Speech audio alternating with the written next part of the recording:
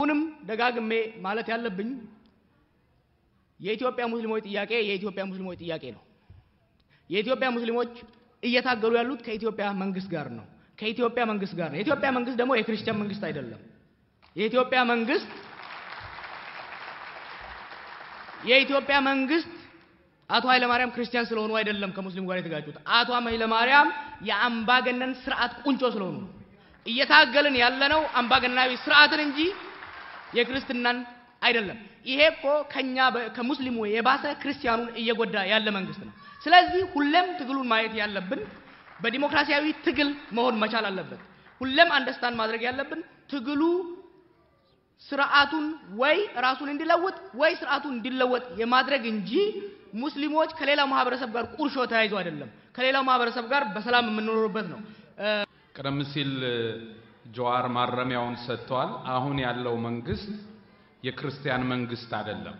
በፓርላማ ውስጥ በቅርቡ አይታችሁ ከሆነ አንድ የፓርላማ አባል ኢትዮጵያንም እርሶንም እግዚአብሔር ይባርካችሁ ብሎ ሲናገር ፓርላማው በሙሉ ነው የሳቀበት። የአምላክን ስም መጥራት እንኳን የሚያስቅ ነው በኢትዮጵያ ፓርላማ ውስጥ። ስለዚህ እነዚህ መሪዎች እኛን አይወክሉም። እውነቴን ነው የምነግራችሁ። ማንኛችንን የሚወክሉ አይደሉም። በርግጥ በኢትዮጵያ የረጅም ጊዜ ታሪክ ቀደም ሲል እንደሰማችሁት እኔም በግሌ አንዳንድ ነገር ለማለት እንዳጠናሁት በተለይ ኢትዮጵያ ለሙስሊሙ ምን አይነት አገር እንደሆነች በሙስሊሙ ልቦና ውስጥ ምን አይነት ቦታ እንዳላት ሳቅ የሚሰማኝ ስሜት መግለጽ ያክተኛል። እውነቴን ነው የምላችሁ። እና ሙስሊምን እንደ ባዕድ አድርጎ ማቅረብ፣ ሙስሊሙ ለኢትዮጵያ ጥፋት እያሰበ ነው ብሎ ማቅረብ ወንጀል ነው። በእውነት ወንጀል ነው። ይሄ ሙስሊም የሚባለው ህዝብ በኢትዮጵያ ውስጥ ያለው እኮ የሚገርማችሁ አውስትራሊያ 26 ሚሊዮን ህዝብ ነው ያላት። ያን የሚያህል ሀገር የኢትዮጵያን ግማሽ አካል ኢትዮጵያን ታጠፋለህ ተብሎ ይጠየቃል እንዴ? ሙስሊሙ የኢትዮጵያ ግማሽ አካል እኮ ነው። የራሱን ሀገር እንዴት ያጠፋል ተብሎ ይከሰሳል? ኢትዮጵያ ለሁላችን የተደላደለች ሀገር አልነበረችም። ደጋግሜ የምለው ነው። እኔ ነፍስ አውቄ አሁን ቆይቼ ወደ ኋላ ታሪካችንን ስመረምረው ትምህርት ቤት ሆኜ ልጅ ሆኜ የኛ በዓል ሲከበር እናንተ አይከበርም ነበር። ይሄን አይነት በደል ነበር። ሙስሊሙ በዚህ ተነሳስቶ ኢትዮጵያን እናጥፋ አላለም። እስከ ዛሬ ከታየው ሁኔታ በተለየ አንድ ድንጋይ ሳይወረውር ድምጼን ስሙኝ ያለ ሰላማዊ ህዝብ ዓለም ላይ አላየንም። ሙስሊሙ ነው።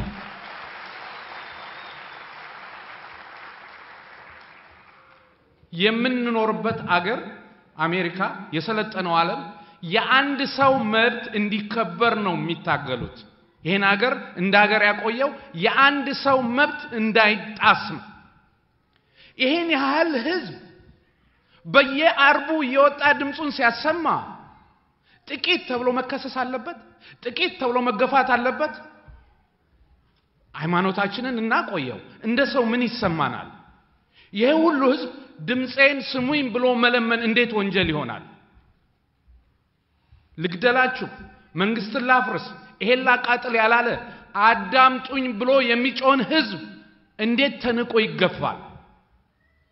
የምንናቀው ሁላችንም ነን። ሙስሊሙ ብቻ አይደለም።